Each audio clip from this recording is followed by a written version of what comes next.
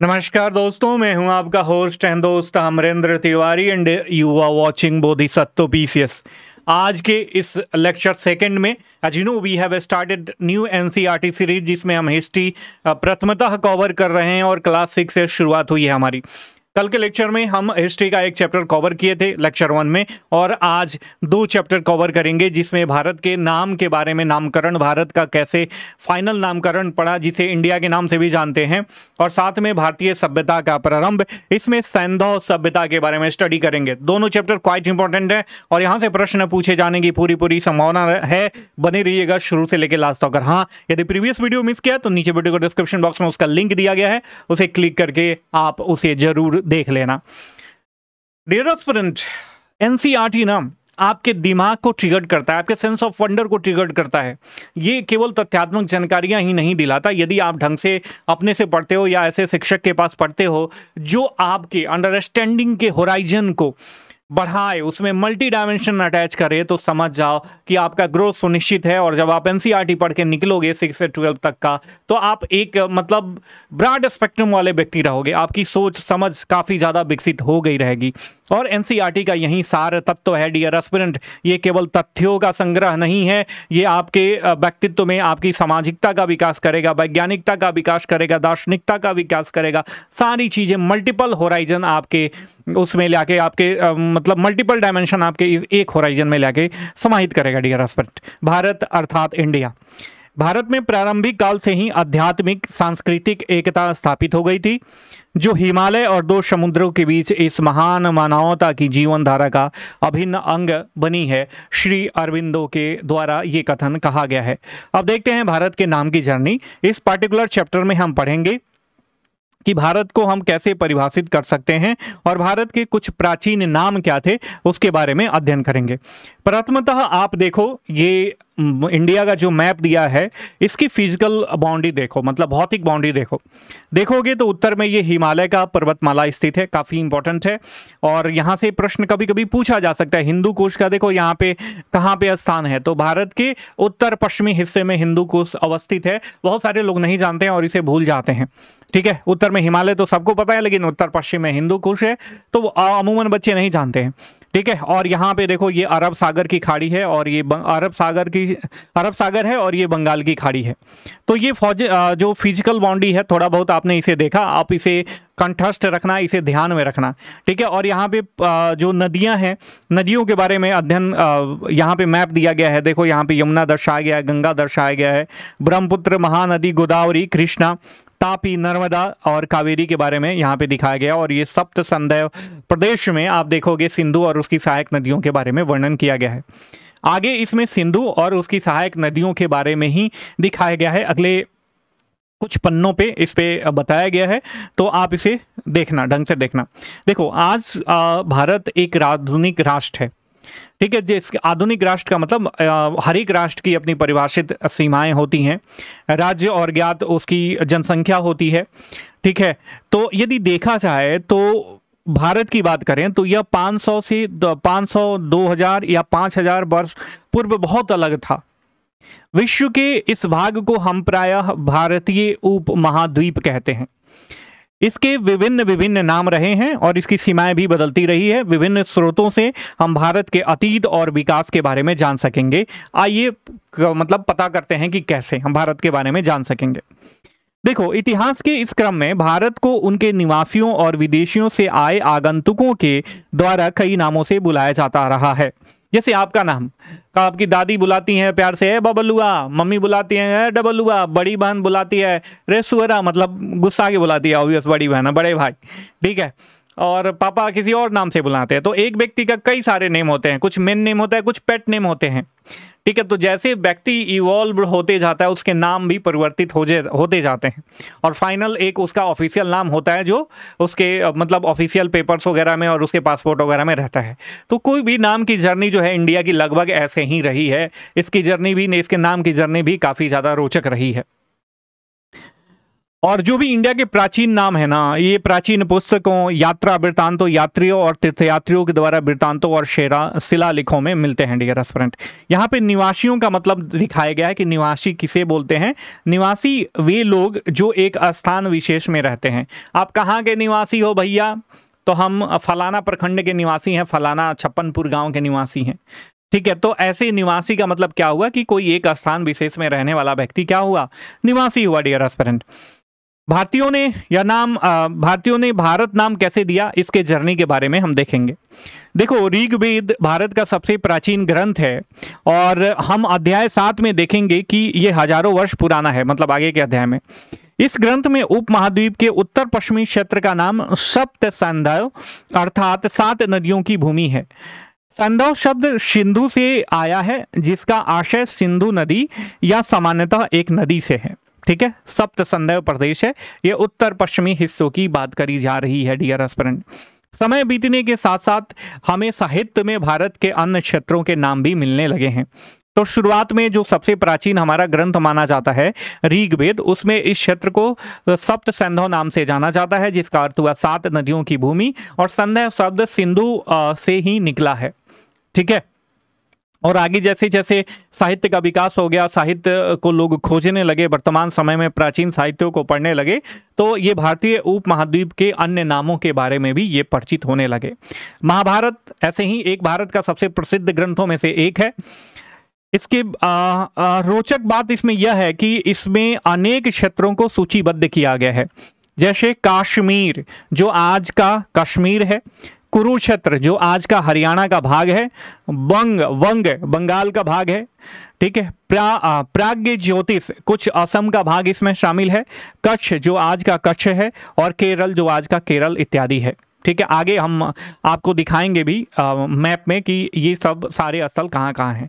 Obvious जब वर्तमान स्थलों का मैंने नाम बता दिया तो आप उसे आराम से डिफाइन कर सकते हो, लेकिन एक पुरातन मैप में उसका अध्ययन करेंगे। वास्तव में हमें कब समूचे भारतीय उपमहाद्वीप के लिए एक नाम मिला, चूंकि प्राचीन भारतीय ग्रंथों की तिथि निर्धारित करना कठिन है। काफी प्राचीन ग्रंथ हैं, ठीक है, तो ईस्वी सन निर्धारित करना कितना ईस्वी पूर्व हुआ और कितना ईस्वी बाद हुआ, ये सब थोड़ा सा बहुत ही कठिन प्रश्न है। तो इसीलिए इस कठिन प्रश्नों का उत्तर जो है, इस कठिन प्रश्न का उत्तर देना आसान नहीं है कि कब समूचे भारतीय उपमहाद्वीप के लिए एक भारत नाम मिल गया। महाभारत की बात करें तो महाभारत में भारतवर्ष तथा जम्बू द्वीप शब्द का प्रयोग किया गया है, तथा विद्वान सामान्यतः इस बात से सहमत हैं कि ईस्वी पूर्व की कुछ शताब्दियों पूर्व से यह महाकाव्य लिखा जाने लगा था। पहला शब्द भारतवर्ष स्पष्ट रूप से समूचे उपमहाद्वीप के लिए प्रयुक्त हुआ है और इस ग्रंथ में अनगिनत नदियों और लोगों के नाम भी सम्मिलित हैं।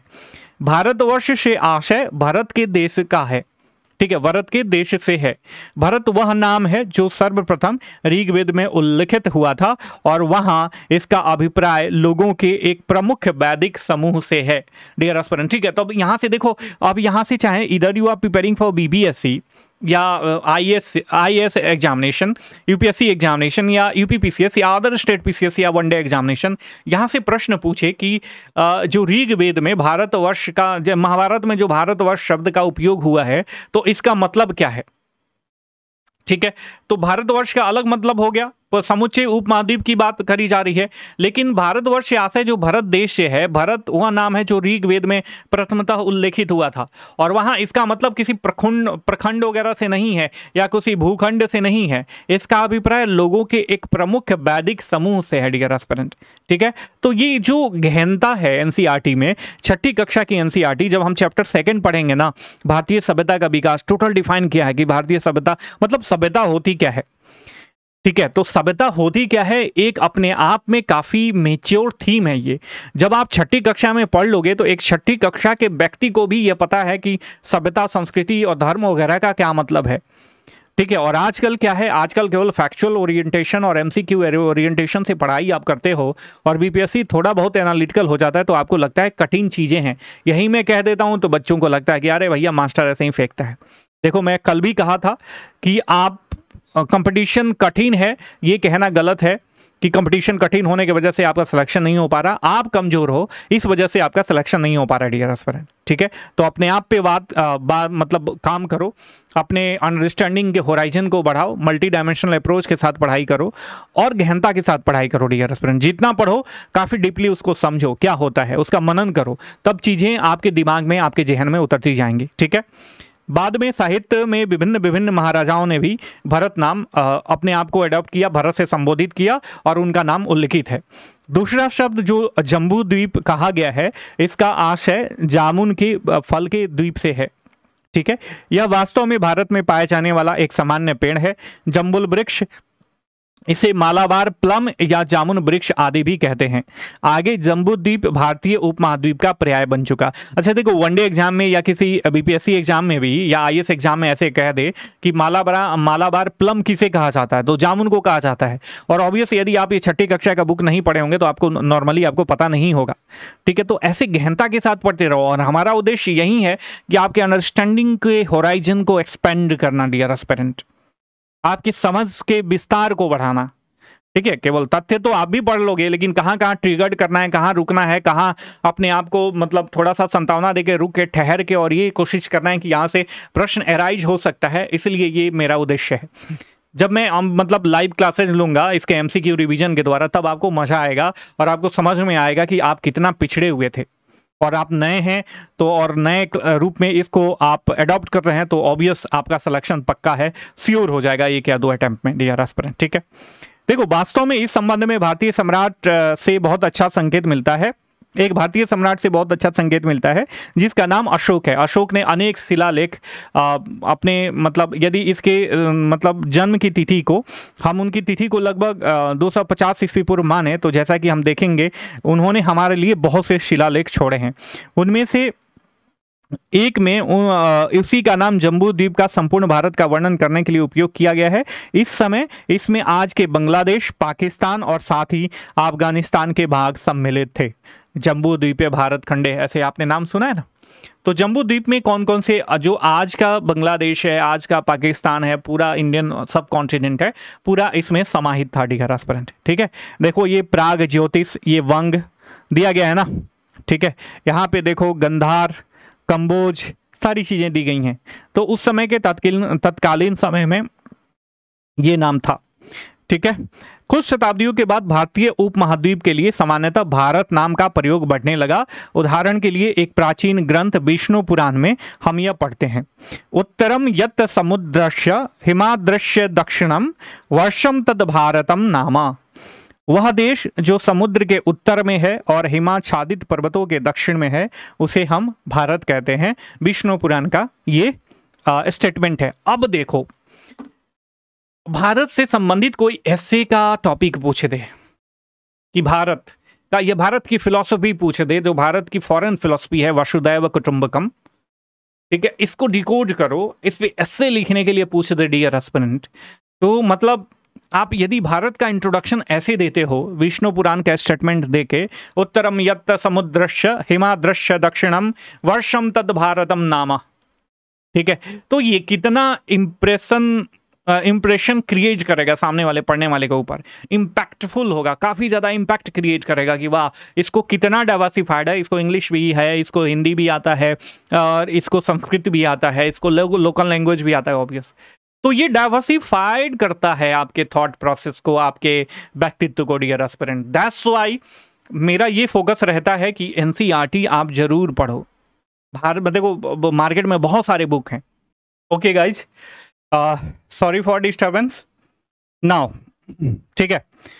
तो यह नाम भारत आज भी प्रयोग में है और ये भारत, हमें इसे सामान्यतया भारत में लिखते हैं और जबकि दक्षिण भारत में प्राय इसे भारतम लिखते हैं, ठीक है। तो ये आपने जाना। यह जानना भी रोचक है कि भारत के लिए देश के विभिन्न भागों में एक समान परिभाषा को अपनाया गया है। उदाहरण स्वरूप देखें तो 2000 वर्ष पूर्व प्राचीन जो तमिल साहित्य हैं उसकी एक कविता में एक राजा की प्रशंसा करी गई है जिसका नाम दक्षिण में केप कुमारी से उत्तर में महान पर्वत तक और पूर्व के महासागर से पश्चिम के महासागर तक जाना जाता है। उत्तर में महान पर्वत कौन सा है? आपको पता है, हिमालय है। और केप कुमारी की पहचान करने में भी आपकी कठिनाई नहीं होगी। इस तरह यह प्रतीत होता है कि जो प्राचीन भारतीय हैं अपने भूगोल को अच्छी तरीके से जानते थे। और कल के कक्षा में जो मैंने आपको बताया था, कल की क्लास में, कि जो जब डेट डिसाइड हो रहा था, जैसे एडी है, बीसी है, जो कॉमन एरा की बात करी जा रही है, उसको कैसे आइडेंटिफाई करा गया और कैसे जो सनातन संस्कृति का अभी वर्तमान में पंचांग है, जो अभी मॉडर्न टेक्नोलॉजी देखोगे जो बेस्ड ऑन सैटेलाइट है और आपको वेदर फोरकास्ट करता है, कब से कौन सा पर्व पड़ेगा वगैरह कैलकुलेशन करके साइंटिफिक तरीके से बताता है। और हमारी सनातन संस्कृति का जो पंचांग है ये सटीक कैलकुलेशन के साथ बताता है कि फलाना दिन सूर्य ग्रहण लगेगा, फलाना दिन चंद्र ग्रहण लगेगा। तो these all are based on scientific temperament, ठीक है। तो जिसको कैलकुलेशन पूर्णतः पता है, ज्योग्राफिकल लोकेशन कौन कहाँ है, इस ज्योग्राफी के बारे में पता है, साथ में जो प्लैनेटों का जो प्लैनेट्स हैं उनका जो चाल चलन है उसके बारे में भी वो लोग बहुत अच्छी तरीके से जानते थे। और उसी को इस चैप्टर में भी और ज़्यादा जस्टिफाई करने की कोशिश करी गई है। फिलहाल we are discussing about Bharat अर्थात इंडिया।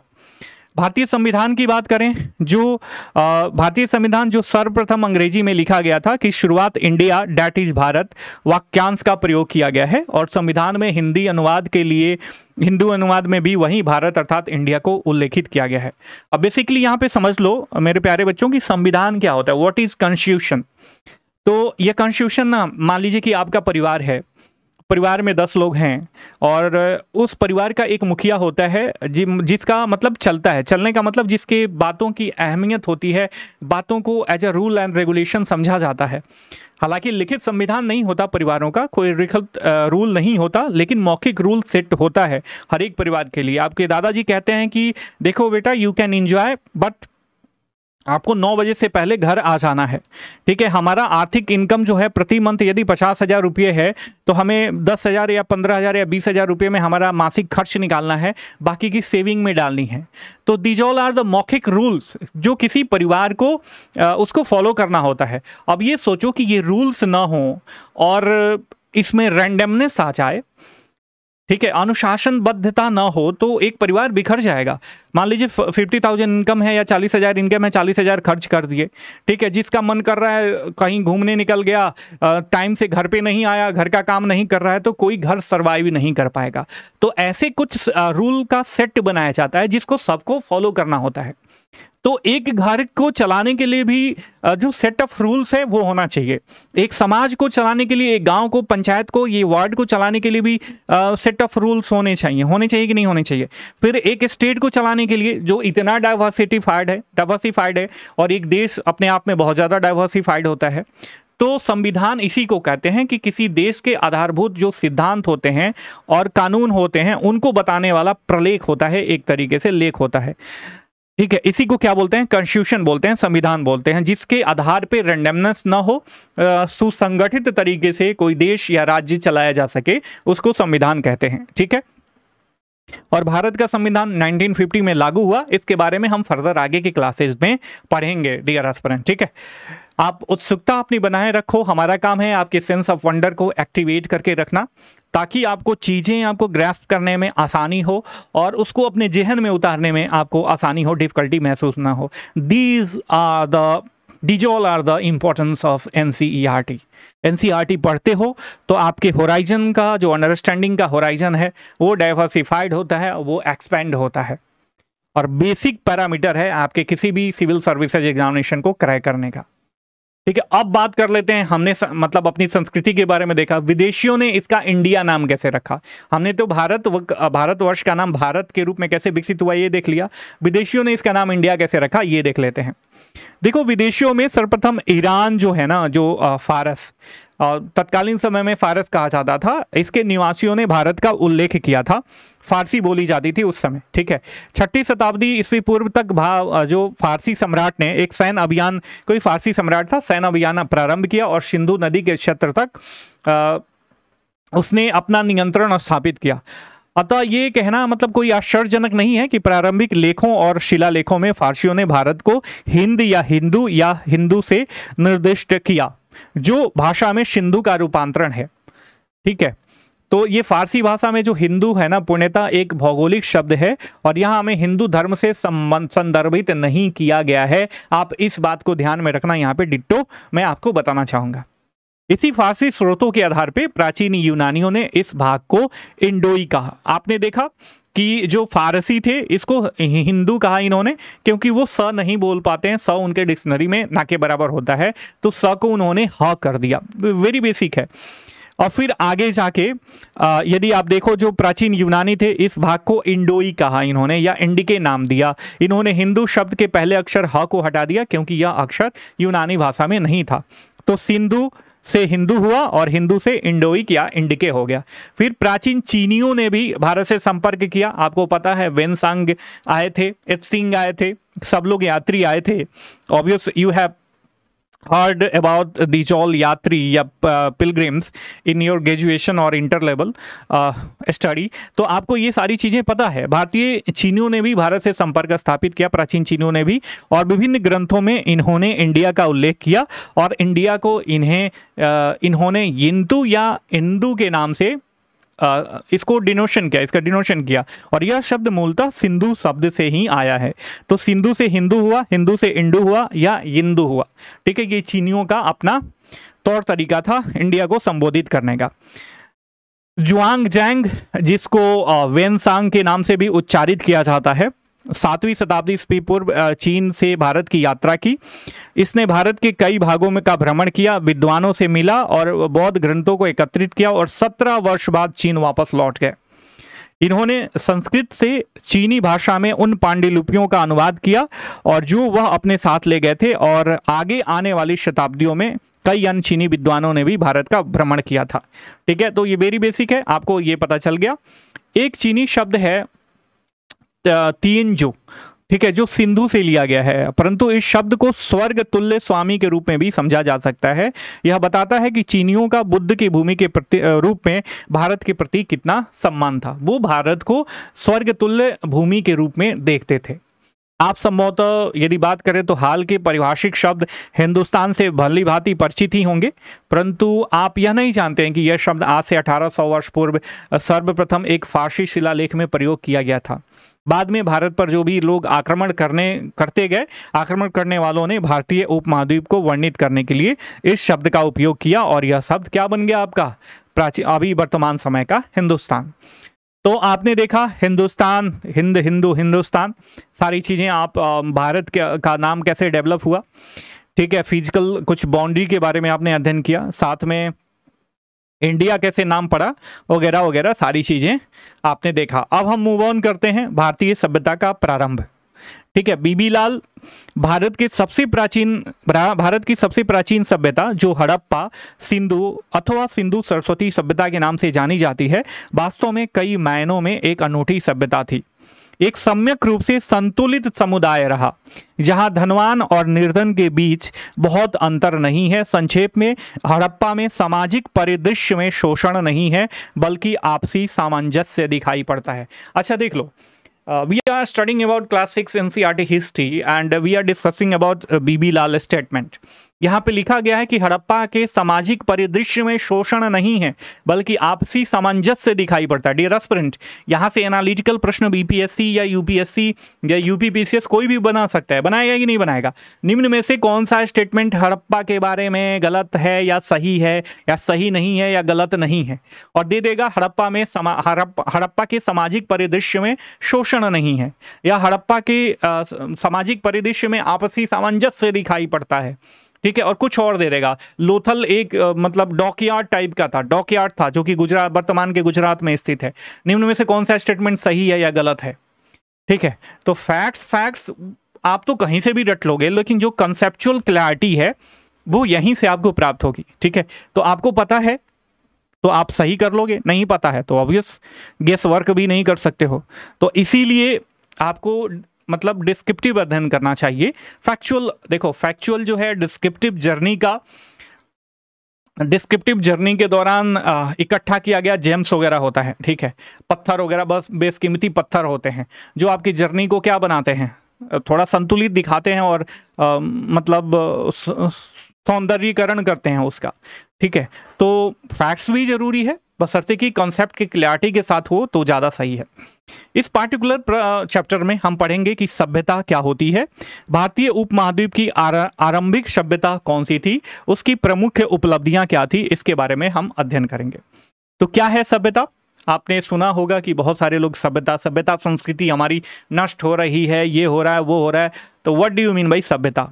सबसे पहले यहाँ पे देख लो, ये बताया गया है कि मनुष्य का पहला समूह एक स्थान पर रहने लगा, कृषि करने लगा। पिछले कक्षा में हमने देखा था, कल के कक्षा में।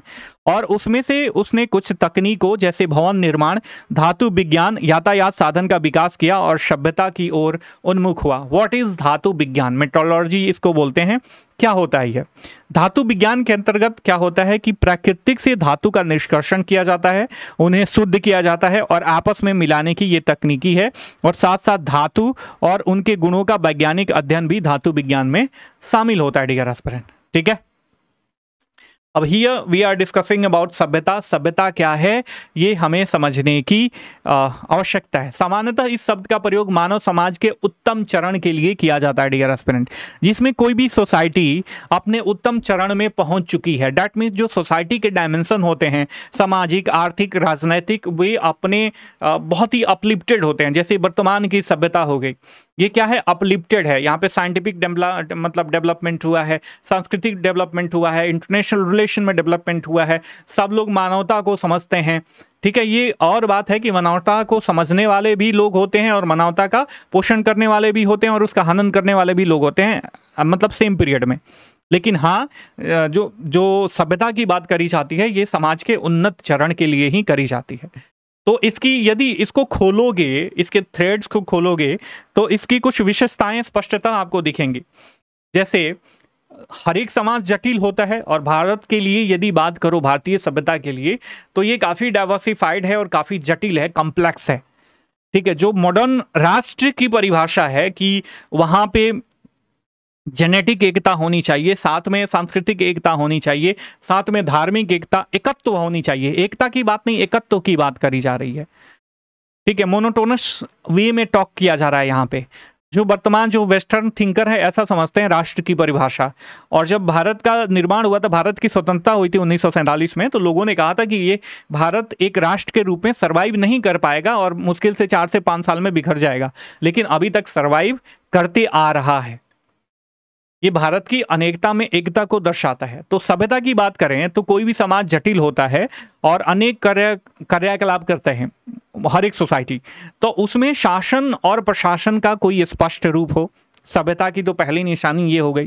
दूसरा, नगर योजना, नगरों का विकास, उसका प्रबंधन, उसमें सामान्यतः जल प्रबंधन, जल निकासी की व्यवस्था हो, दैट मीन्स अर्बनाइजेशन हो भी उसमें।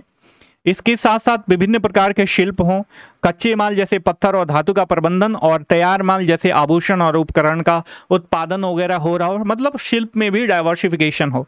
फिर ट्रेड हो, दैट मीन्स उसका अपना व्यापार हो, सभी प्रकार की वस्तुओं के आदान प्रदान के लिए आंतरिक एक नगर अथवा एक क्षेत्र के अंदर और बाहरी दूरस्थ अथवा विश्व के अन्य भागों के अंदर उनका ट्रेड हो रहा हो। इसके साथ साथ स्पष्ट और वैज्ञानिक लेखन का कोई रूप हो, अभिलेखों को रखने और संवाद बनाने के लिए जो बहुत ही आवश्यक है। इसके साथ साथ जीवन और विश्व के बारे में सांस्कृतिक विचार वे रखते हों, कला, स्थापत्य, साहित्य, श्रुति परंपराओं, सामाजिक रीति रिवाजों के माध्यम से जीवन और विश्व के बारे में उनकी अपनी अभिव्यक्ति हो। इसके साथ साथ कृषि उत्पादकता हो, जो गांव ही नहीं बल्कि नगरों को ही भोजन उपलब्ध करा सके। तो these all are the dimension of सभ्यता। ठीक है, तो सभ्यता के ये लक्षण हैं।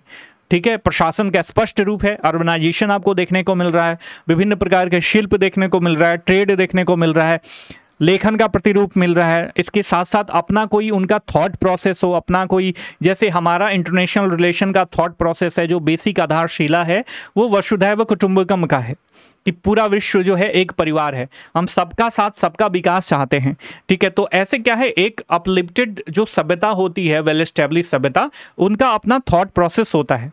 इसी तरीके का भोजन की व्यवस्था के लिए कृषि उत्पादकता हो, जो गांवों को ही नहीं बल्कि तत्कालीन समाज के नगरों को भी भोजन उपलब्ध करा सके। ठीक है, तो ये बात आपको समझ में आ गई। फिर आगे बढ़ते हैं, देखते हैं। देखो, आज के विश्व के अधिकांश समाजों में इन सभी विशेषताओं को आप आसानी से देख सकते हो। जिस तरह हमने सभ्यता को परिभाषित किया है, उस अर्थ में सभ्यता का प्रारंभ कब हुआ था, इस चैप्टर का मूल उद्देश्य ये है जानना। ठीक है डियर एस्पिरेंट, यदि विश्व के विभिन्न भागों में को देखोगे, उनका ऐतिहासिक अध्ययन करोगे, तो अलग अलग समय पे सभ्यताओं का आरंभ होता हुआ आपको दिखेगा, जो कि अनेक सभ्यताओं के बारे में जब आप अध्ययन करोगे तब। जिस क्षेत्र को हम तत्कालीन समय में अभी मेसोपोटामिया का मतलब आधुनिक रूप से इराक और सीरिया के नाम से जाने जाते हैं, मतलब जाना जाता है, वो मेसोपोटामिया के नाम से जाना जाता था प्राचीन काल में। ठीक है, वहां लगभग 6000 वर्ष पहले सभ्यता का आरंभ हुआ, मेसोपोटामिया का सभ्यता, मेसोपोटामिया की सभ्यता। ठीक है, इससे कुछ शताब्दियों के बाद प्राचीन मिस्र की सभ्यता का भी आरंभ हुआ। अब हम इन सभ्यताओं और अन्य सभ्यताओं के बारे में आगे के क्लासेज में पढ़ेंगे। सही अर्थों में इन प्राचीन सभ्यताओं में कुछ बहुत बड़े योगदान और प्रगति के कारण ही जो आज का सभ्यता है, आज की सभ्यता है और आज की जो मानवता है, अपने वर्तमान स्थिति में पहुंच चुकी है। देखो, कल के चैप्टर में मैंने बताया था कि सोसाइटी का हमेशा इवोल्यूशन होता है। जो काल चक्र हम लोग पढ़ रहे थे, टाइम स्केल, टाइमलाइन पढ़ रहे थे, तो हमने देखा था कि कैसे पृथ्वी ठंडी होती है, उसके उसके वातावरण वगैरह का, ऑक्सीजन वगैरह का निर्माण होता है, बैक्टीरिया पनपता है, और कैसे कैसे वहाँ से इवॉल्व होते होते आधुनिक मानव होमो सेपियंस का निर्माण होता है। फिर ये लोग अपने आप को इवॉल्व करते जाते हैं और समाज के रूप में संगठित होते जाते हैं, मतलब अग्नि का निर्माण, अग्नि को खोजते हैं, फिर चक्के का निर्माण होता है, चक्का बनाते हैं, फिर जब सोसाइटी ये लोग सेटल डाउन होने लगते हैं रिवराइन बेल्ट में, नॉट फॉर मतलब कि वहाँ पे केवल अलुवियन सॉइल आपको मिलेगी, बशर्ते कि वहाँ पे पानी की भी उपलब्धता है और साथ में उपजाऊ भूमि की भी उपलब्धता है। ये सारी चीज़ें हमने देखा था।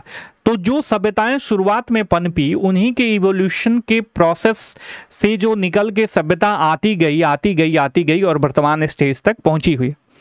अभी हम केवल भारतीय उपमहाद्वीप और इसके उत्तर पश्चिमी क्षेत्र पर दृष्टि डालेंगे, जहां से हमारी कहानी आरंभ होती है। डियर एस्पिरेंट, कुर्सी की पेटी बांध के रखिएगा, काफी इंपॉर्टेंट है चैप्टर और यहां से अमूमन प्रश्न पूछा जाता है।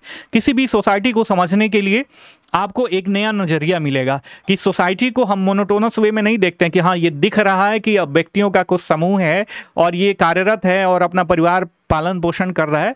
हर एक सोसाइटी के सामाजिक, आर्थिक, राजनैतिक, मनोवैज्ञानिक, सांस्कृतिक आयाम होते हैं डियर एस्पिरेंट। ठीक है, तो ये टाइम स्केल को देखो तो 4000 वर्ष पूर्व की बात करी जा रही है, तो मेसोपोटामिया की सभ्यता का आरंभ दिखाई देता है आपको। फिर 3000 पूर्व ईसा पूर्व मिस्र की सभ्यता का आरंभ दिखाई देता है और 2000 के आसपास ईसा पूर्व आपको सिंधु और सरस्वती सभ्यता का आरंभ दिखाई पड़ता है और हमें इसी के बारे में देखना है डियर एस्पिरेंट।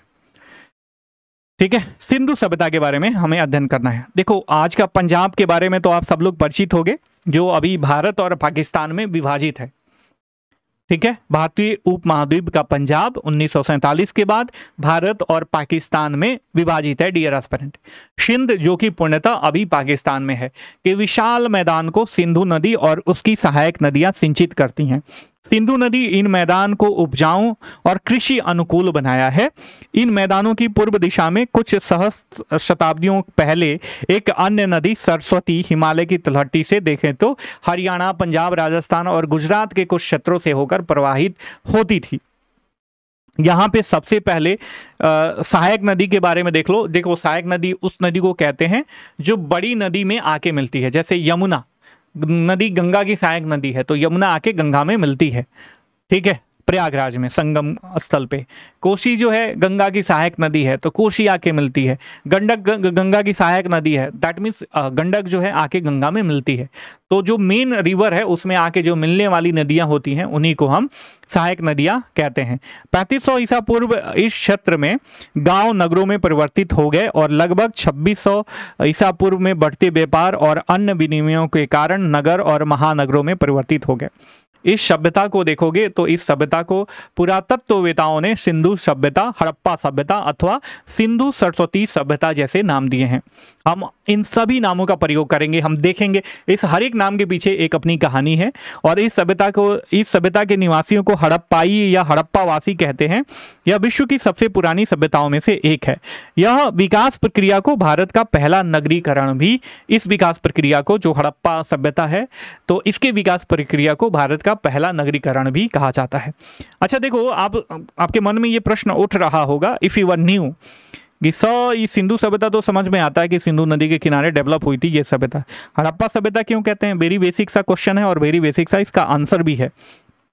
इसका सीधा सा उत्तर है कि लगभग एक शताब्दी पहले 1920-21 में अंग्रेजों के समय हड़प्पा जो है आज के पाकिस्तान का पंजाब में स्थित है, इस सभ्यता से संबंधित पहला उत्खनित नगर था और उसी के नाम पे जो है इस पूरे सभ्यता को फिर उत्खनन होते गया और हमें पता चलते गया इस सभ्यता के बारे में। तो इसी के नाम पे हम इसे हड़प्पा सभ्यता के नाम से भी इसे जानते हैं। ठीक है, अब देखो थोड़ा सा ज्योग्राफिकल लोकेशन आप देख लो।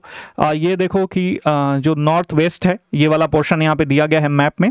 यहाँ पे आपका हिमालय है, फिर सुलेमान श्रेणी है, हिंदू कुश पर्वत है और यहाँ पे जो भी हड़प्पा कालीन नगर हैं यहाँ पे दिया गया है, राखीगढ़ी, फरमाना, रूपनगर, बनावली, भिरनाना, करनपुरा, कालीबंगा, चिनाब, हड़प्पा, गंगेरीवाला, ठीक है, डाबरकोट, मूसाखेल, लखनजोड़ो, मोहनजोदड़ो, चन्नूदड़ो, ठीक है, धौलाधीरा, ठीक, लोथल, ये सब कुछ प्रमुख नगर हैं। आगे ये किस लिए प्रसिद्ध हैं, यहाँ से क्या क्या प्राप्त किया गया है उत्खनन के दौरान, तो ये सारी चीज़ें आपको पता होंगी। देखो उत्खनन का मतलब क्या होता है, यहाँ पे खनन और उत्खनन में थोड़ा सी स्पष्टता समझ लो। खनन जैसे हम मिनरल्स वगैरह के लिए जो खुदाई करते हैं तो ये प्रक्रिया खनन हो गई। उत्खनन क्या है, जो पहले से दबित है, ठीक है, सभ्यता संस्कृतियों के खोज के लिए जो चीज़ें दबित है, हमें पता है कि यहाँ पे है, उसको निकालते हैं, उससे ज्ञान अर्जन करते हैं, इतिहास के स्रोत के रूप में देखते हैं, तो ये प्रक्रिया उत्खनन हो गई। ठीक है, हड़प्पा सभ्यता के कुछ नगर देख लो, महत्वपूर्ण नगर हैं और जो आधुनिक राज्य है या प्रदेश है, अमूमन मिलान करने के लिए या वनडे एग्जाम की तैयारी कर रहे हो तो यहाँ से सीधे सीधे प्रश्न पूछता है। जैसे धौलावीरा वर्तमान के पंजाब में स्थित है, हड़प्पा गुजरात में, कालीबंगा सिंध में, मोहनदड़ो आपका हरियाणा हो गया और राखीगढ़ी राजस्थान में हो गया। ठीक है, फिर सरस्वती नदी की बात करो तो सिंधु और उसकी 5 सहायक नदियों को दर्शाया गया था, ऊपर आपने देखा था। मोहनजोदड़ो और हड़प्पा जैसे नगर इन नदियों के किनारे विकसित हुए। सरस्वती नदी, जिसे आज भारत में घग्गर और पाकिस्तान में हाकरा नाम से भी जाना जाता है, घग्गर हाकरा भी कहा जाता है, के किनारे अनेक पुरास्थल मिले हैं और आज यह एक मौसमी नदी है जो वर्षा ऋतु के दौरान बहती है। वर्षा ऋतु में थोड़ा बहुत पानी होता है लेकिन अमूमन ये विलुप्त मानी जाती है। सरस्वती का वर्णन सबसे पहले हमें जो हमारा सबसे प्राचीन ग्रंथ है ऋग्वेद उसमें मिलता है और इनके बारे में हम आगे के अध्यायों में भी पढ़ेंगे। ऋग्वेद में सरस्वती को एक देवी और पर्वत से निकलकर समुद्र तक बहने वाली एक नदी दोनों रूप में पूजा गया है। बाद के ग्रंथों में इस नदी के सूखने और अंततः लुप्त हो जाने का भी हमें वर्णन मिलता है। ठीक है, तो हमने देखा कि सिंधु सभ्यता और हड़प्पा सभ्यता कैसे नाम पड़ा। अब इसके नगर नियोजन के बारे में देखते हैं। ठीक है, चूंकि सभ्यता है तो जो भी हमने इसके डायमेंशन पढ़े हैं, अर्बनाइजेशन की बात कर रहे हैं, हमने बात करा है, प्रशासन की बात करा है, सामाजिक संस्कृति की बात करा है, धर्म की बात करा है, ट्रेड की बात करी है, तो इस सब के बारे में एक ये सभ्यता का आयाम होता है और एक एक करके सारे आयाम को डिकोड करेंगे। तो नगर आयोजना की बात करो तो हड़प्पा और मोहनजोदड़ो जो कि अब पाकिस्तान में है, इस सभ्यता के सबसे पहले 2 नगर हैं और इनकी खोज लगभग 1 शताब्दी पूर्व 1924 में की गई थी। ठीक है, ये बात ध्यान में रखना, काफ़ी इंपॉर्टेंट है और अमूमन यहाँ से प्रश्न पूछा जाता है। सिंधु नदी के मैदानों में देखोगे तो अधिकतर बहुत सारे पुरास्थल मिले हैं जिसके कारण इस सभ्यता को आरंभ में सिंधु घाटी की सभ्यता कहा गया। बाद में अन्य प्रमुख नगर जैसे धौलावीरा, राखीगढ़ी, गंवेरीवाला जो कि पाकिस्तान के चोलिस्तान मरुस्थल में है और अन्य छोटे स्थलों जैसे गुजरात में लोथल की खोज की गई और अभी भी बहुत सारी खुदाई खुदाई हो रही है, उत्खनन हो रहा है और हमें नए नए साइट्स मिलते हैं, वहाँ से इस सभ्यता के बारे में हमें नई नई जानकारियाँ मिलती हैं। केवल 2 महानगर राखीगढ़ी और गंवेरी वाला आते हैं यदि बात करें सरस्वती नदी की द्रोणी में तो, बल्कि छोटे छोटे अनेक नगर हरियाणा में फरमाना, राजस्थान में कालीबंगन और कुछ अन्य नगर, हरियाणा के 2 नगर जैसे भिराना और बनावली भी आते हैं इस नदी के बेल्ट में, इस रिवराइन बेल्ट में। अधिकांश हड़प्पा सभ्यता के नगर सुनियोजित योजना के अंतर्गत निर्मित किए गए हैं। इसमें रैंडमनेस आपको नहीं दिखाई पड़ेगा। जैसे अभी देखो हमारी दिल्ली में जाओगे तो जो ऑफ दिल्ली है, ऑफ दिल्ली का मतलब जो कोर दिल्ली है ना, कोर दिल्ली के आसपास जो भी सोसाइटी विकसित हो रही है, जो भी सेटलमेंट विकसित हो रहा है, आप देखोगे कोई भी वेल प्लान्ड विकसित नहीं होता। रैंडमली जैसे भूकंप जोन 4 में आता है, काफ़ी ज़्यादा मतलब अगर भूकंप आए 7 और 7.5 की इंटेंसिटी से तो काफ़ी ज़्यादा जान माल की हानि हो सकती है। तो कोई भी योजनाकृत तरीके से दिल्ली का विकास नहीं कर रहा है, ठीक है। शासन प्रशासन को पैसा लोग खिला देते हैं और अपना मतलब अपनी सोसाइटी को विकसित करते हैं। लेकिन ये आप आज से 3000 वर्ष पूर्व यदि देखो लगभग, ठीक है, तो ये सभ्यता जो है पूरा इसका नगर नियोजन जो है काफी सुनियोजित था, ठीक है, जो सामान्यतः चारों दिशाओं की ओर उन्मुख होती थी। अधिकांश नगरों के चारों ओर किलेबंदी की मिलती है आपको, और नगर के 2 विशिष्ट भाग मिलते हैं। एक ऊपरी नगर जहां संभवतः अभिजात वर्ग के लोग रहते हैं, और निचला नगर जहां साधारण लोग रहते हैं। देखो हर एक सोसाइटी में स्ट्रैटिफिकेशन होता है। जो धनाढ्य लोग होते हैं जिनको अभिजात वर्ग बोला जाता है, ठीक है, कुलीन वर्ग बोला जाता है, जैसे हाई ग्रेड के शासक प्रशासक हो गए, अधिकारी हो गए, पुरोहित हो गए, पुजारी हो गए, ये लोग रहते हैं जिस स्थान पे, ये अभिजात वर्ग कहा जाता है। और यहाँ पे सिंधु सभ्यता में ये एक मतलब ऊपरी नगर में रहते थे, और निचले नगर में आमतौर पे जो आर्टिजन होते थे, लोकल सामान्य आम लोग होते थे, वो लोग निवास करते थे। अब यहाँ पे एक शब्द है, नया शब्द आपको मिल रहा होगा, किलेबंदी। आमतौर पर सुरक्षात्मक उद्देश्यों से किसी बस्ती या नगर के चारों ओर बनाई गई एक विशाल दीवार है किलेबंदी। जैसे आप घर बनाते हो, जैसे आप कोठी बनाते हो अपने गांव में, तो उसकी भी किलेबंदी करते हो कि नहीं करते हो? बाड़ वगैरह लगाते हो, मतलब दीवार उठाने के बाद भी ऊपर भी फेंसिंग वगैरह करते हो, तो these all are the type of किलेबंदी, ठीक है। कुछ बड़े वाहनों का उपयोग सामूहिक उद्देश्यों के लिए किया जाता था, जैसे गोदाम जहां परिवहन किए जाने वाली वस्तुओं को रखा जाता था। सड़कों और गलियों में विभिन्न आकारों के निजी घर मिलते हैं। रोचक बात यह है कि बड़े और छोटे घरों के निर्माण की गुणवत्ता आपको एक समान मिलती है, ठीक है, जिसकी जितनी आर्थिक कैपेसिटी थी। देखो वर्तमान की अर्थव्यवस्था की बात करें या कभी भी प्राचीन अर्थव्यवस्था की बात करें, ये डिपेंडेंट होती है आपकी परचेजिंग पावर पैरिटी पे। आपके पास दैट मीन्स कितना पैसा है खर्चा करने के लिए। बात आ रही है समझ में? जिसके पास जितना पैसा होता है वो उतना ही बड़ा घर और उतना ही लग्जरियस घर बनाता है। जिसके पास कम होता है वो छोटा घर बनाता है, छोटे में रहने की कोशिश करता है। लेकिन यदि बात करें सिंधु सभ्यता की, तो यहाँ पे जो अर्बनाइजेशन का पैटर्न मिलता है, जो सेटलमेंट का पैटर्न मिलता है, उसमें जो घरें देखने को मिलेंगी, हालांकि कुछ लोगों के बड़े घर मिलेंगे, कुछ लोगों के छोटे घर मिलेंगे, लेकिन घरों की गुणवत्ता जो है वो समान है। उसमें जो रॉ मटेरियल लगा है वो समान है, उनकी क्वालिटी समान है। घटिया प्रकार का नहीं यूज हुआ है कि जो बड़ा घर है, जो लग्जरियस टाइप का घर है, उसमें अच्छी क्वालिटी यूज किया गया है, जो छोटा घर है उसमें निम्न प्रकार की क्वालिटी। ऐसी व्यवस्था आपको देखने को इस यहाँ पे नहीं मिलेगी डियर एस्पिरेंट, ठीक है। और सामान्यतः उन भवनों के निर्माण में ईंटों का प्रयोग किया गया है। कुछ संरचनाओं के निर्माण का उद्देश्य आज भी चर्चा का विषय हो सकता है। जैसे मोहन जोदड़ो में आप देखोगे कि एक प्रसिद्ध स्नानागार है, एक छोटा और विस्तृत स्नानागार है, ठीक है। सबसे ऊपर जमाई गई यहाँ पे ईंटों पर जल रोधक सामग्री भी लगाई गई है। डामर के जो प्राकृतिक बिटुमिनस होता है उसी की एक परत चढ़ाई गई है। स्नानागार के चारों ओर छोटे छोटे कमरे मिलेंगे आपको। उनमें से एक कमरे के अंदर कुआं मिलता है, और समय समय पर स्नानागार के पानी को खाली करने के लिए कोने में एक नाली भी है, और इस स्नानागार को स्वच्छ पानी से समय समय पर भरा भी जाता है।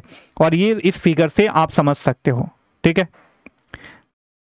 ये चौड़ी सड़क है एक धौलावीरा के मध्य में, ये स्नानागार की बात हो रही है, ठीक है। तो आप सोचो, आपके दिमाग में जो आपका सेंस ऑफ वंडर है एक ट्रिगर्ड कर रहा होगा कि इसके निर्माण का उद्देश्य क्या रहा होगा। इतना बड़ा महाना स्नानागार, या तो वाटर को रिजर्व करने की बात हो रही होगी, या किसी जो सामूहिक कार्यक्रम होता है उसमें सब लोग मिलकर सामूहिक स्नान वगैरह करते होंगे, ऐसा कुछ होगा। पुरातत्ववेताओं ने अनेक संभावित व्याख्याएं इसकी प्रस्तुत की हैं। सार्वजनिक स्नान के लिए स्नानागार, केवल राजसी परिवार के लिए स्नानागार, धार्मिक कार्यों के लिए प्रयोग होने वाला स्नानागार आदि आदि, मतलब अनेक लोग डिफरेंट माउथ और डिफरेंट टाइप का वर्डिंग करी गई है। हालांकि पहली व्याख्या अब स्वीकार्य नहीं है, क्योंकि यह पाया गया है कि इस नगर के अधिकांश घरों में स्नानागार बने हुए हैं डियर एस्पिरेंट। ठीक है, तो हमने नगर नियोजन के बारे में जानकारी प्राप्त करी, सेटलमेंट के बारे में जानकारी प्राप्त करी। अब जल प्रबंधन के बारे में बात करते हैं। हड़प्पा वासी जल प्रबंधन और स्वच्छता को बहुत महत्व देते थे। सभी घरों में स्नान के लिए अलग अलग स्नानागार हुआ करते थे। ये जो हैं जल निकासी प्रणाली से जुड़े हुए थे और साधारणतः सड़कों के नीचे होती थी और वो ढकी भी होती थी, उसमें अपशिष्ट जल बहता था। नालियां जो आज वर्तमान में देखोगे खुली हुई रहती हैं, लेकिन उस समय देखो संदेव सभ्यता में ये नालियां ढकी हुई होती थी। ठीक है, मोहनजोदड़ो के लोग ईंटों के बनाए हुए कुओं से पानी निकाला करते थे, किंतु अन्य क्षेत्रों में तालाब, पास के झरनों अथवा मानव निर्मित जलाशयों से भी पानी लेते थे। ठीक है, और धौलावीरा में जो गुजरात के कच्छ के रण में है, ये 73 मीटर लंबा एक बड़ा जलाशय मिला है। तो देखो यहाँ पे जो भी आप साइट पढ़ रहे हो ना, तो इस साइट का एक आप वो बना लेना, लिस्ट बना लेना। ऑब्वियस लूसेंट वगैरह टाइप में जो फैक्चुअल बुक्स होते हैं उसमें ये दिया रहता है, इकट्ठा करके दिया रहता है, लेकिन जो इम्पोर्टेंट साइट है कुछ इसके बारे में अतरंगी जानकारी आपको मिल रही है, ये अमूमन अन्य बुक्स में नहीं मिल पाते हैं।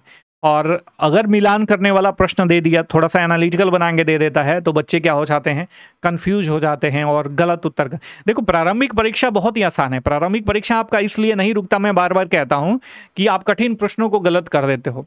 आपकी प्रारंभिक परीक्षा इसलिए रुक जाती है, उसमें सफल नहीं हो पाते हो, कि आप आसान प्रश्नों को भी नहीं समझ पाते और उसे गलत कर देते हो। तो ये गलती आपसे नहीं होनी चाहिए। फिलहाल यहाँ पे एक नया वर्ड है जलाशय उपयोग किया गया है मेरे प्यारे बच्चों। तो जलाशय का मतलब होता है विशाल प्राकृतिक या कृत्रिम स्थान जहां जल का भंडार किया जाता है। ठीक है, थोड़ा सा पानी पी लेता हूं, फिर आगे हम बात करेंगे।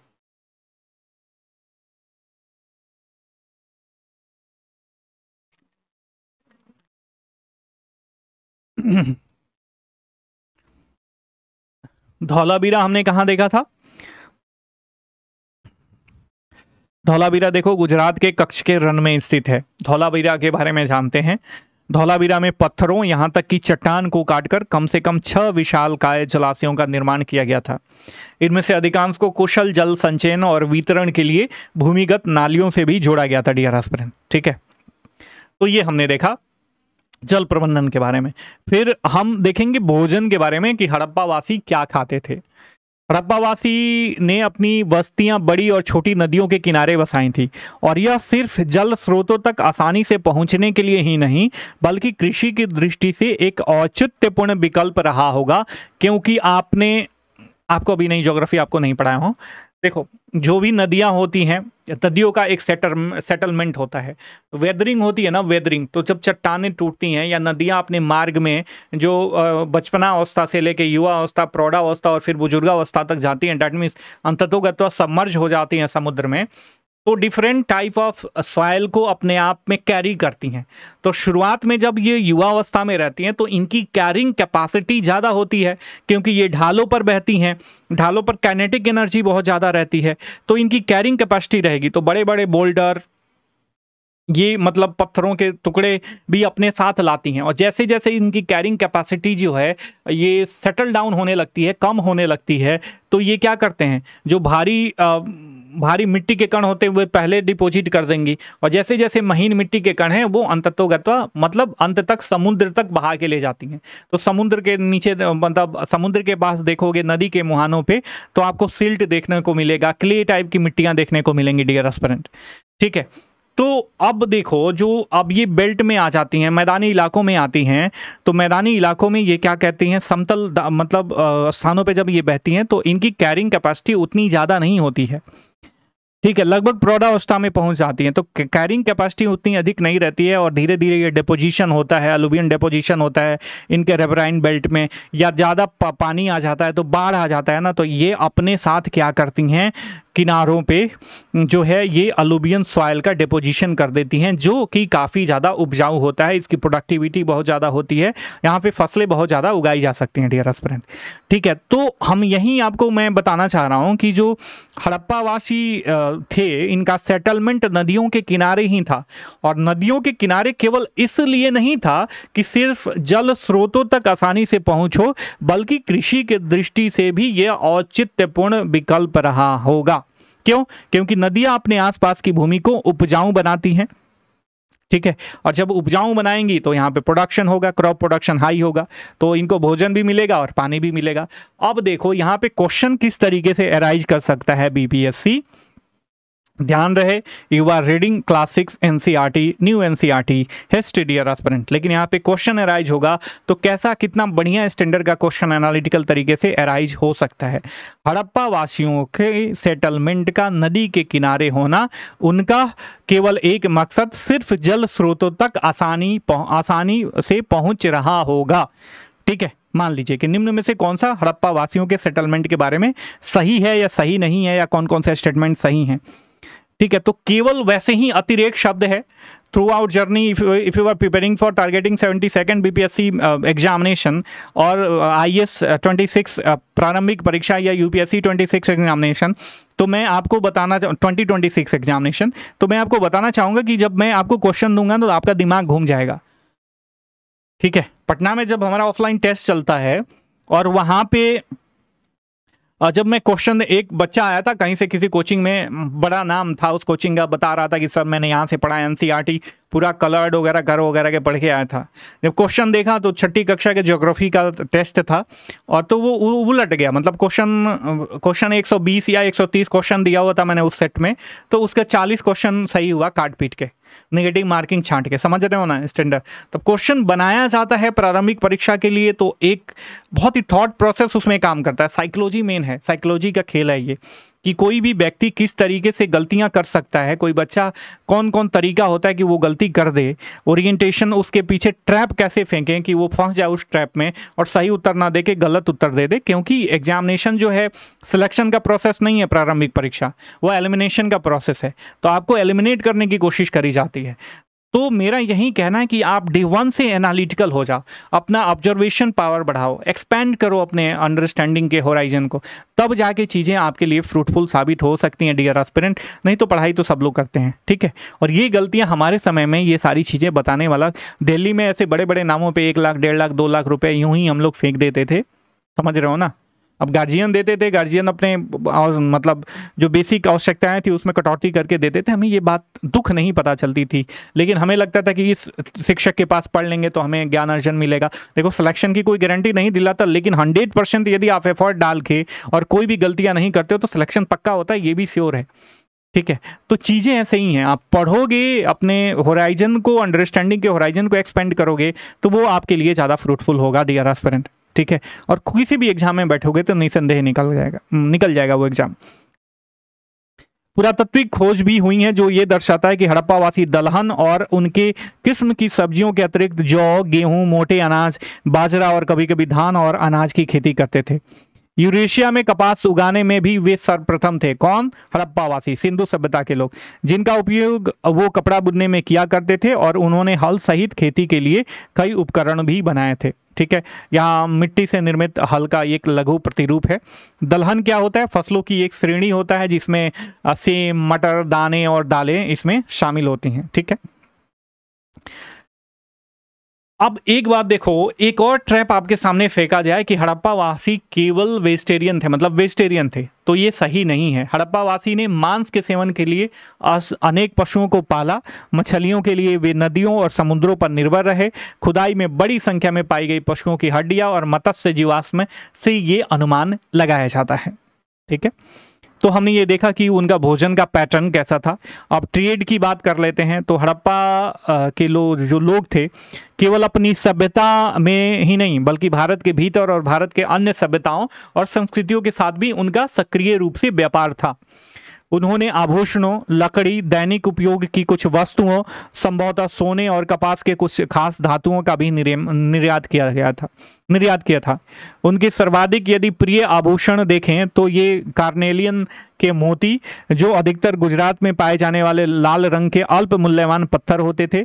हड़प्पा के कारीगरों ने उसमें छेद करने की भी तकनीकी विकसित कर ली थी ताकि धागे को डालकर उसमें तरह तरह से सजाया जा सके।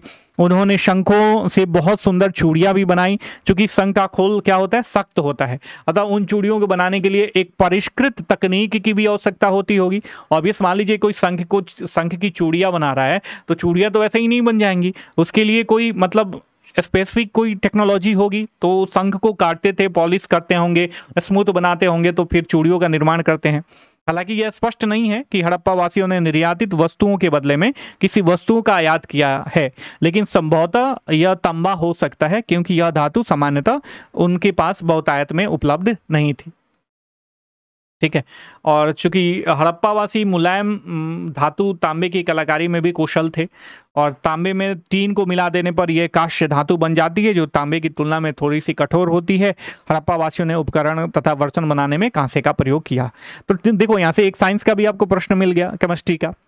ठीक है, तो कब कहाँ से कैसा चीज आपको मिल जाए, तो यही ऑब्जर्वेशन होता है और यही एकत्रीकरण होता है। यही ज्ञान धीरे धीरे धीरे धीरे धीरे धीरे धीरे धीरे जब आप अर्जित करते जाओगे, उसको स्टोर करते जाओगे, तो वो कॉन्फिडेंस में बदल जाता है, और कॉन्फिडेंस प्लस प्रैक्टिस काफ़ी सफलता के द्योतक होते हैं dear aspirant.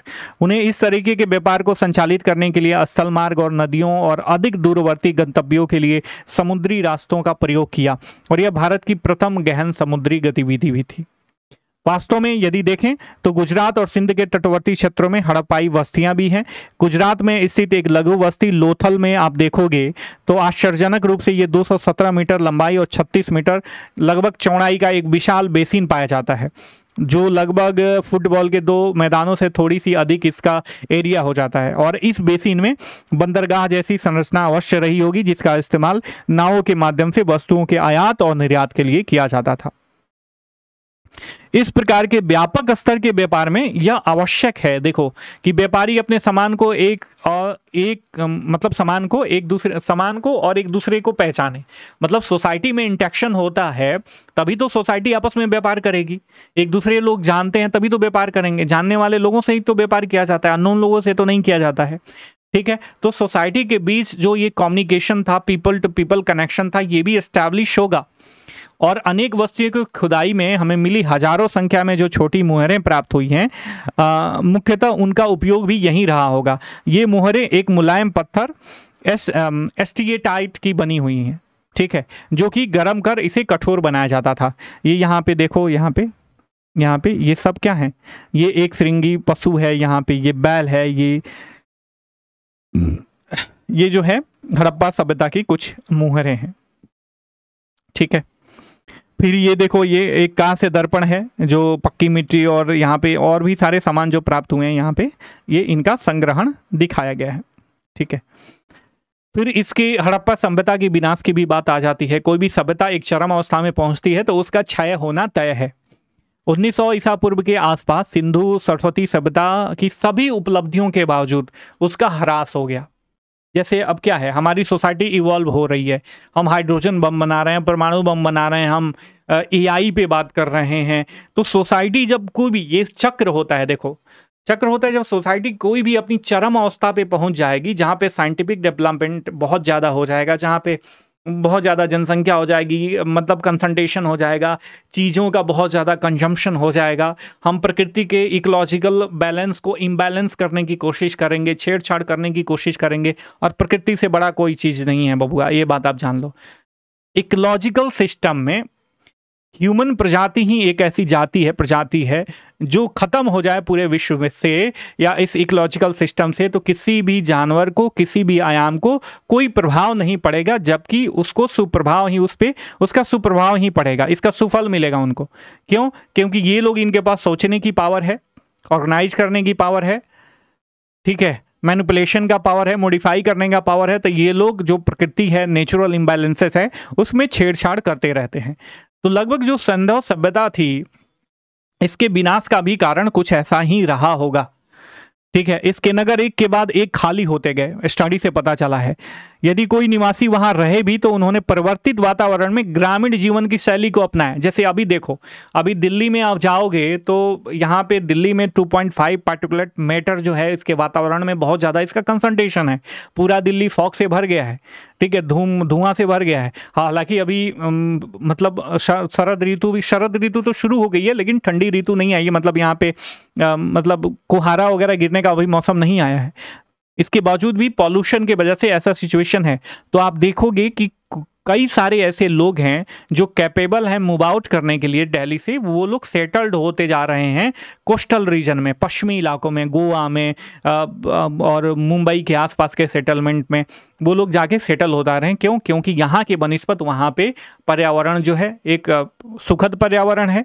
Obvious coastal region में जब ज्योग्राफिकल स्टडी आप करोगे तो आपको पता होगा कोस्टल रीजन में सालों भर टेम्परेचर डिफरेंस जो है लगभग मतलब ज़्यादा नहीं रहता है, कुछ इक्वल सा टेम्परेचर रहता है डियर एस्पिरेंट, ज़्यादा टेम्परेचर वेरिएशन नहीं होता है, पॉल्यूशन नहीं है। तो वहाँ पे सेटलमेंट करना, वहाँ पे विकसित करना अपने आप को, उनको ज़्यादा सुखद लग रहा है बनिस्बत की दिल्ली। तो कोई भी सभ्यता जब अपलिफ्ट करती है और मतलब अपने आप को इस लेवल तक पहुंचा लेती है कि वो प्रकृति में इतना हद तक छेड़छाड़ कर दे और प्रकृति का ख्याल ना रखे, तो उसका खुद का विनाश हो जाता है।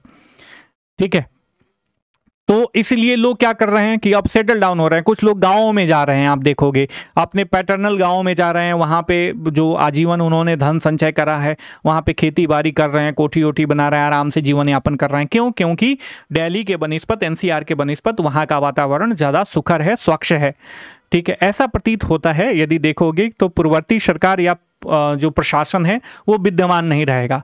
अभी सोचो कि किसी भी सोसाइटी का जो रूलिंग मतलब अथॉरिटी है, जो प्रशासनिक विभाग है, वहीं खत्म हो जाए तो सोसाइटी बिखर जाएगी, रैंडमनेस आ जाएगा। तो शुरुआत में यही हुआ होगा कि जो संदेह सभ्यता के प्रशासक लोग थे वो क्या हो गए होंगे, बिखर गए होंगे, वो खत्म हो गए होंगे। तो जब वो हट गए तो प्रशासन ही हट गया, किसी भी सोसाइटी में रैंडमनेस आ गई तो सोसाइटी बिखरना तय है। और धीरे धीरे हड़प्पावासी सैकड़ों नहीं, हजारों नहीं, सैकड़ों की संख्या में छोटी छोटी बस्तियों के रूप में बिखर गए। ठीक है, यहाँ पे बताया भी गया कि हड़प्पा वासी जो थे वो ग्रामीण बस्तियों में लौट गए क्योंकि उनकी नगरीय जीवन शैली की तुलना में ग्रामीण जीवन शैली भोजन और जल तक सहज पहुंच प्रदान करती है। तब से लेकर अब तक नगर भोजन और कभी कभी जल आपूर्ति के लिए गांव पर वो निर्भर रहते हैं। बहुत सारे खोज हुए हैं और खोजकर्ताओं के बीच कोई एकमत नहीं है कि इसके विनाश का कारण क्या रहा होगा, लेकिन ऐसा अनुमानतः बताया गया है। दो ऐसे कारण हैं जिस पे सर्वसम्मति कुछ हद तक बनती दिख रही है। पहला है कि 2200 ईस्वी पूर्व से विश्व के अत्यधिक प्रभावित करने वाले जलवायु संबंधी परिवर्तनों में वर्षा में कमी और शुष्कता की स्थिति उत्पन्न हुई होगी। आप देखोगे जो उस समय संदेह सभ्यता के समय, और आपने देखा होगा कि ऋग्वेद में भी सरस्वती नदी का उल्लेख बहुत ज़्यादा, उसका वर्णन करा गया है। और आप देखोगे अभी सरस्वती विलुप्त है, तो एक रिवराइन बेल्ट पूरा का पूरा सूख गया। तो ऑब्वियस पानी पे निर्भरता थी उनको, पानी जो नदी बेल्ट था, रिवराइन बेल्ट था, उनको पानी भी देता था और उपजाऊ भूमि भी देता था। तो अगर वो ही सूख जाए तो इन लोगों के लिए लालन पालन के लिए कुछ रहेगा नहीं, तो वो लोग माइग्रेट करेंगे, वहां से करेंगे कि नहीं करेंगे। तो यही बताया गया है कि वर्षा की कमी और शुष्कता की स्थिति उत्पन्न हुई होगी। ठीक है, इससे कृषि कार्य को कठिन बना दिया होगा और नगरों की ओर खाद्य आपूर्ति कम हुई होगी। दूसरा, सरस्वती नदी का जो बेसिन है वो सूख गया, वहां कालीबंगा और बनावली जैसे नगर अचानक छोड़ दिए गए, परित्यक्त कर दिए गए, और अन्य कारण भी रहे होंगे। लेकिन ये दो कारण हमें याद दिलाते हैं कि बबुआ, हमें अपने कल्याण के लिए अपनी जलवायु और पर्यावरण पर हम कितने निर्भर हैं और इसका हमें हमेशा ख्याल रखना चाहिए। ठीक है, तो ये कॉन्सेप्ट यहाँ पे आपको डेवलप हो गया कि नहीं डेवलप हो गया कि विकास तो करें, हम अपने आप को इवॉल्व तो करें, लेकिन पर्यावरणीय संतुलन को भी हम बरकरार रखें। नहीं तो हमें, आप देख रहे होंगे कि यदि गंगानगर की बात करें, एक मतलब आपके राजस्थान का पूर्वी इलाका है, यहाँ पे हम ecological imbalances, actually ecological imbalances नहीं, ह्यूमन के प्रयास के कारण, जो नहरों की सिंचाई वगैरह के कारण हुआ है, जो आधुनिक नहरों का जाल बिछा है, तो ये जो एरिड रीजन है यहाँ पर भी एग्रीकल्चर होने लगा है। ठीक है। तो अब देखो, जहाँ पे कभी कभी आप देखते थे कि जब आप बचपन अवस्था में थे तो देखते थे कि राजस्थान में बारिश उतनी नहीं होती थी।